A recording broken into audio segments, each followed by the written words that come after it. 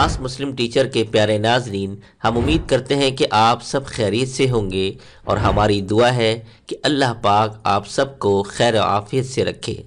شیخ Saadi رحمۃ اللہ علیہ اپنی مشہور زمانہ کتاب گلستان سعدی کے دیباچے میں لکھتے ہیں کہ ایک دن حمام میں میرے دوست نے مجھے خوشبو والی مٹی دی۔ میں نے اس مٹی سے پوچھا کہ تو مشک ہے یا عنبر ہے؟ تیری خوشبو نے تو مجھے مست کر دیا ہے۔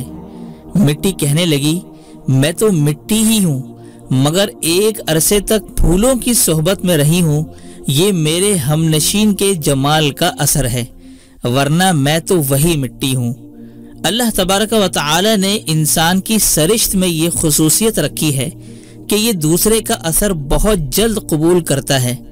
جب یہ کسی کے پاس اٹھنا بیٹھنا یا آنا جانا شروع کرے گا تو اس کے خیالات، نظریات، سیرت، کردار، اخلاق اور گفتار اور طریقہ کار سے متاثر ہوتا چلا جائے گا، اور کچھ عرصے میں اس کا اثر اس کی شخصیت پر واضح نظر آنے لگے گا۔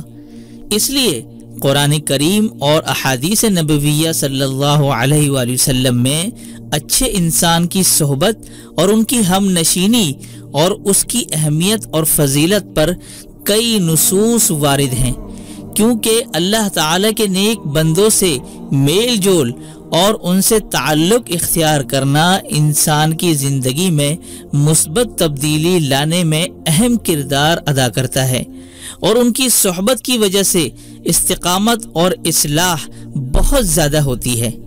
تو محترم ناظرین، آج کے اس پرفتن دور میں جہاں ہر شخص کو اصلاح کی بہت ضرورت ہے، وہاں کچھ دو نمبری، بہروپیے اور پیر کے حلیے میں لبادہ اوڑے ایسے لوگ بھی آ چکے ہیں جہاں پر یہ فیصلہ کرنا مشکل ہو جاتا ہے کہ آیا ایسے بندے کی صحبت اختیار کی جائے یا نہیں۔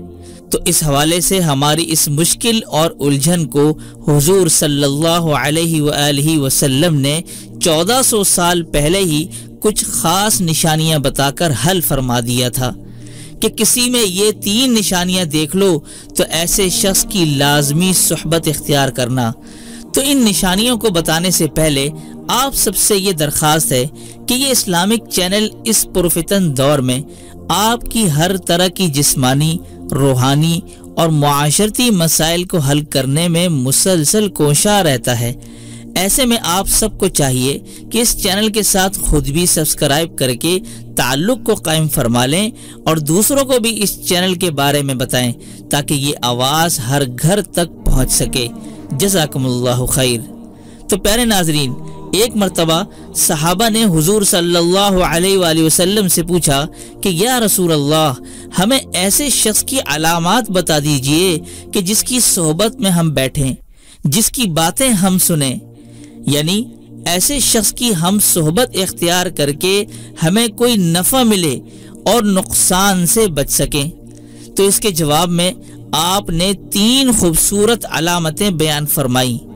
پہلی علامت یہ کہ جب ایسے شخص کو دیکھو تو اس کا دیکھنا تمہیں اللہ کی یاد دلا دے، یعنی وہ ایسا نیک، متقی، پرہیزگار اور نورانی شخصیت والا ہو کہ اسے دیکھتے ہی خدا یاد آ جائے۔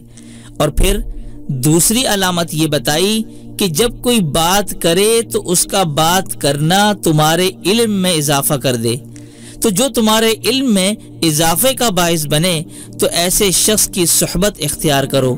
اور تیسری علامت بتائی کہ اس کا عمل تمہیں آخرت کی یاد دلائے، یعنی جب وہ عمل کرے تو اس کے عمل کو دیکھنے سے آپ کو آخرت یاد آ جائے کہ اس نے جو یہ عمل کیا ہے اس میں دنیا کا تو کوئی مفاد نہیں ہے، مگر ہاں یہ شخص آخرت کی خاطر یہ عمل کر رہا ہے۔ تو کتنی خوبصورت کسوٹی اور معیار حضور صلی اللہ علیہ وآلہ وسلم نے بتائی کہ یہ خوبیاں جس شخص میں موجود ہوں اس سے سچی اور پکی دوستی کرو، اس کی صحبت اختیار کرو، انشاءاللہ دنیا کے اندر بھی راحت ہوگی اور آخرت میں جنت نصیب ہوگی۔ یہی وجہ ہے کہ آپ صلی اللہ علیہ وآلہ وسلم نے فرمایا کہ صحبت میں رہو تو مومن ہی کی رہو، لا تصاحب الا مؤمنا، یعنی صاحب ایمان کی صحبت میں رہا کرو۔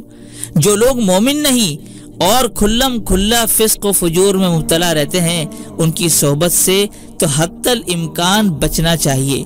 بلکہ مولانا جلال الدین رومی رحمۃ اللہ علیہ نے اللہ والوں کی صحبت کے بارے میں ایک خوبصورت بات کہی۔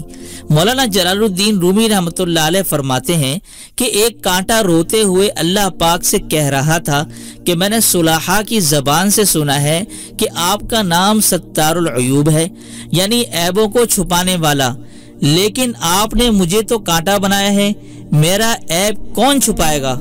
مولانا رومی رحمۃ اللہ علیہ فرماتے ہیں کہ اس کی زبان حال کی دعا پر اللہ تعالی نے اس کے اوپر پھول کی پنکھڑی پیدا کر دی تاکہ وہ پھول کے دامن میں اپنا منہ چھپا لے۔ بتائیے گلاب کے پھول کے نیچے کانٹے ہوتے ہیں یا نہیں؟ مگر باغبان ان کانٹوں کو باغ سے نہیں نکالتا، باغ سے صرف وہ کانٹے نکالے جاتے ہیں جو خالص کانٹے ہوں، جنہوں نے کسی پھول کے دامن میں پناہ نہ لی ہو۔ اب آپ لوگ اصحاب کہف کی زندگی ہی دیکھ لیجئے۔ اصحاب کہف رحمت اللہ علیہم کی زندگی اور رفاقت کو دیکھیں کہ ایک کتے نے اصحاب کہف کی ہم نشینی اور رفاقت اختیار کی، اللہ تعالی نے اس پر ہم نشینی اور صحبت کے بدلے میں جنت کی بشارت سنا دی۔ کتے کو دیکھیے، اس نے عبادت تو نہیں کی بلکہ صرف اور صرف ہم نشینی اختیار کی تو اس کے باعث نجات ہو گئی۔